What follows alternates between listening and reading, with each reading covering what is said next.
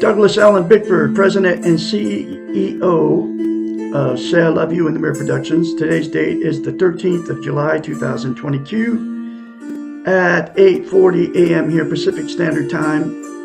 Broadcasting live out of my 105-year-old home here in my hometown, Klamath Falls, Oregon, gateway to one of the 7 wonders of the world, which is Crater Lake National Park. How are you all doing out there, my Facebook and my YouTube friends? I am teaching you how to be positive towards yourself, towards others, and your world. And there's absolutely only one way that you can accomplish this. And that is to attain and maintain self-esteem. And that comes out of this book right here called The Portable Therapist. What self-esteem is, it's how you feel about yourself inside. It's also known as self-confidence, self-worth, self-love. We've all been in romantic relationships. That good feeling when you first meet these people, both sides, right? You're on cloud 9, you're walking, they walk on water. They can do no wrong. Both sides are saying the same thing. You're bragging to all your family and friends about how great these people are. Well, what self-esteem is, self-love, self-confidence, self-worth, is that good feeling towards yourself. Dr. Susanna McMahon, 73, lives in Madrid, Texas with her husband, wrote this book called The Portable Therapist, published in 30 years ago in 1992, talks about how we've been trained and taught not to have self-esteem, self-love, self-confidence, self-worth. Back then, it was coming from all the televisions and the state governments and religions teaching us that we're bad and we need punishment, okay? Now it's 1,000 times worse with the social media, even right here where I'm broadcasting on today's date, which is Facebook and YouTube and, Twitter and all that stuff. So that's where I send everything to. But her doctorate's in psychology. She's got a PhD. She makes her a psychiatrist. She knows the brain and how it functions. As psychiatrists, they study the science of the mind and how it works, right? That's what she went to school for 10 years for. She also has a master's in philosophy. She's been a therapist. She is a therapist, a psychiatrist for many years out of her life. She's had thousands of clients. Since nobody was teaching how to get self-esteem, even way back when, and in fact they were taking it away from us on purpose, okay, in order to, people would hire her as a psychiatrist to fix their unhealthy minds. As a psychiatrist, she knows that there's only one way that you can attain a healthy mind, and that's to attain and maintain self-esteem. She had to come up with a concept. It's called mirror therapy, to give her clients, to get her clients to give themselves self-esteem. Nobody can give you self-esteem except for you, okay? But here's that very simple concept. You look at yourself in the mirror. We're all in front of the mirror daily anyway, shaving as a man and putting makeup on as a woman. You look at yourself in the mirror and say 4 things. I love you. I love my inner child. I'm worthy to be loved. I'm worthy to love. I am full of goodness. It'll take you less than 10 seconds to say those 4 things to yourself in the mirror instead of criticizing yourself. You have to say it daily, literally for the rest of your life, and that's because it's to attain and maintain self-esteem. You have to practice it. It's like lifting weights. If you lift weights and you stop, you have to start over from scratch. Self-esteem is the exact same thing for the brain. So, like I said, you'll have to say those 4 things to yourself in the mirror every day for the rest of your life. It'll take you less than 10 seconds. I love Douglas Allen Bickford. I love my inner child. I'm worthy to be loved, worthy to love. I am full of goodness. It will give you self-esteem instantaneously, but to maintain it, you have to keep saying it to yourself in the mirror. And guess what? Or say it to yourself. Doesn't even have to be in front of the mirror. Just say it to yourself all day long. I do it all the time. I just did it again. The more you say it, the more you feel it, and the more you believe it. And the reason she came up with mirror therapy and why mirror therapy is so powerful. We cannot lie to ourselves in the mirror. It's a psychological event that happens in your brain. You can't look dead straight in your eyes and say something you don't believe. That's why it's very easy for you to criticize yourself in front of the mirror, whether you say it or think it. But you can't say good things about yourself in the mirror because you don't believe it about yourself. So, the very first time you do it, folks, it'll feel very strange and awkward. And so do it beyond that feeling, that weird feeling. The more you say it, the more you feel it, the more you believe it. The reason it is so vital as a human being to attain and maintain self-esteem is this. We can't be content without it. What content means is you feel good about how, where, and what you are. It also is known as internal peace. There are 11 things that people are using to try to be content. They are drugs, alcohol, sex, food, religion, gambling, television, material possessions, people, and money. Those 11 things are known as externals. They're outside of yourself. They will make you feel good, feel content, give you internal peace temporarily, but it's never a permanent thing, okay? It's always temporary. Think about the drug high. The drug high goes away, you have to do more drugs. The alcohol buzz goes away, you have to do more alcohol to get that same good feeling, right? There's only one thing that's going to make you permanently have that good feeling, and that is to attain and maintain self-esteem. You will not be happy all the time, but you will have internal peace. I have it now, and it's with the 4 things to yourself in the mirror daily for the rest of your life. I've had internal peace for well over 18, 19 months, okay?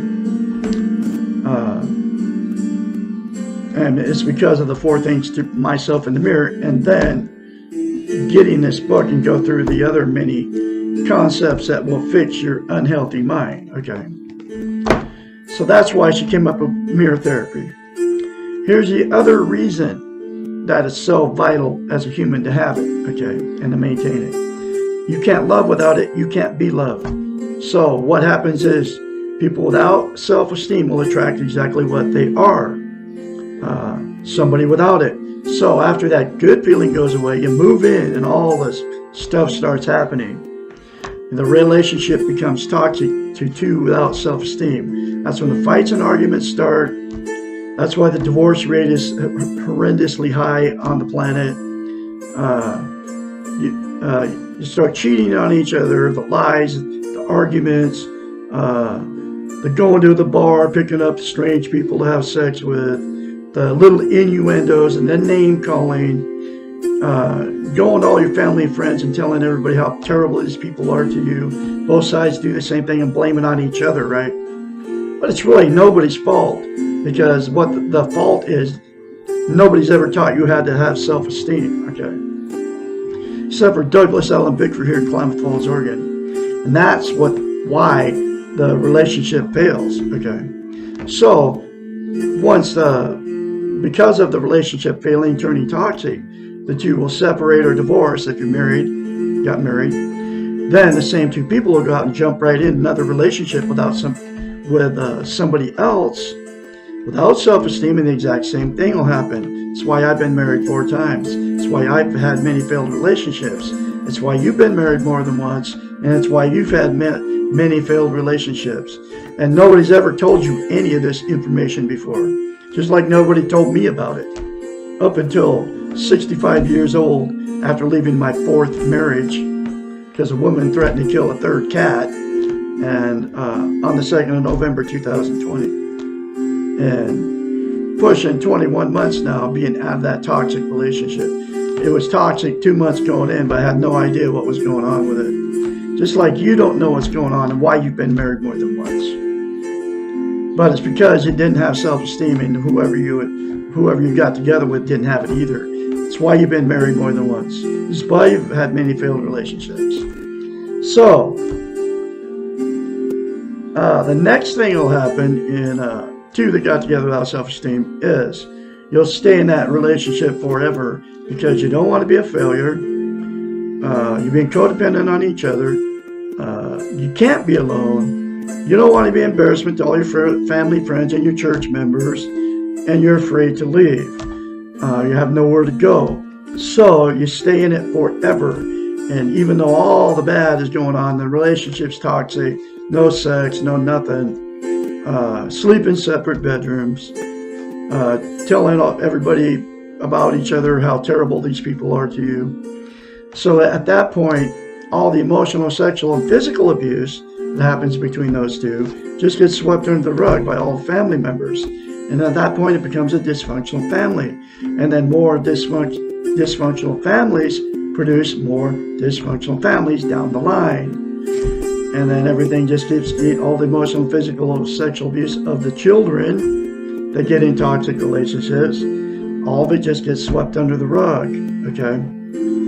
And the very last thing that'll happen is the two that got in a relationship without self-esteem, after so many failed relationships and so many failed marriages, they'll exit out of the romantic scene and just say, screw it, I'm done.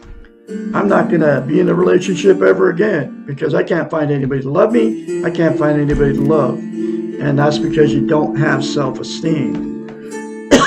So they'll be miserable alone, just like they were miserable in all their relationships, because you cannot have internal peace or be content without self-esteem. So there is a cure for all of those scenarios I just talked about, and that's for all of you out there, all parties, to say 4 things to themselves in the mirror daily for the rest of your life, and then get this book, The Portable Therapist, and do the many other concepts in it. If you're in a toxic relationship, go through it with your partner, and it will fix your unhealthy relationship. It will fix all parties involved if everybody does it, the 4 things to themselves in the mirror. And the person that's in a toxic relationship, if one person doesn't want to change and you do, then it'll give you the strength and the courage to get out of that toxic relationship and let them just be miserable by themselves. Okay? And now the person that's all alone, it'll fix you too. You won't be all miserable alone anymore once you attain and maintain eternal peace, which is attaining and maintaining self-esteem. I'm going through this book one lesson at a time. Here's that next lesson.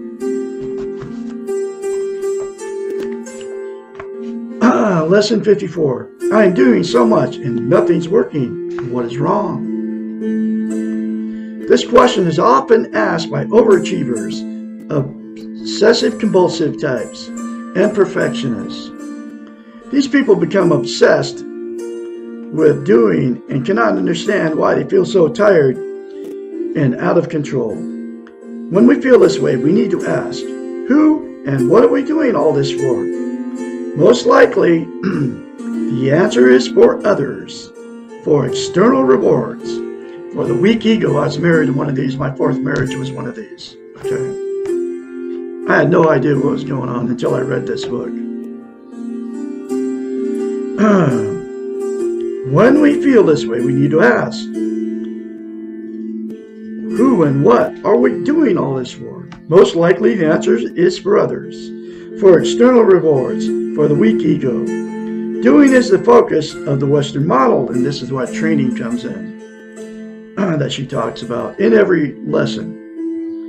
Doing is not being. They are 2 completely separate things. Doing is not the same as being, and doing it faster does not lead to being. The being model is not contingent on doing. Granted, there are some things we can do to help us learn self-esteem. We can tell ourselves that we love ourselves. We can make choices. We can reward ourselves. These are doing activities. They help us to be, but they are not the being. Remember, We do not have to do anything to be okay.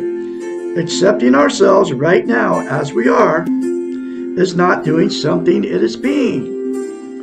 Becoming aware of our centers requires the stopping of activity. It is the opposite of doing something. The difference between doing and being can be one of the most difficult concepts to learn. We have been trained, and here's some more of that training that she talks about. We have been trained to do, to focus on activity, to achieve, to be productive. We have learned to value active behaviors and devalue passive ones. We often refer to passive behaviors as lazy or slothful.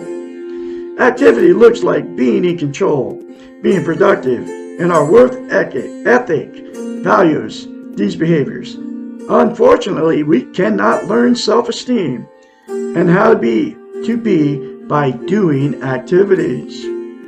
We cannot do self-esteem. We must be self-esteem.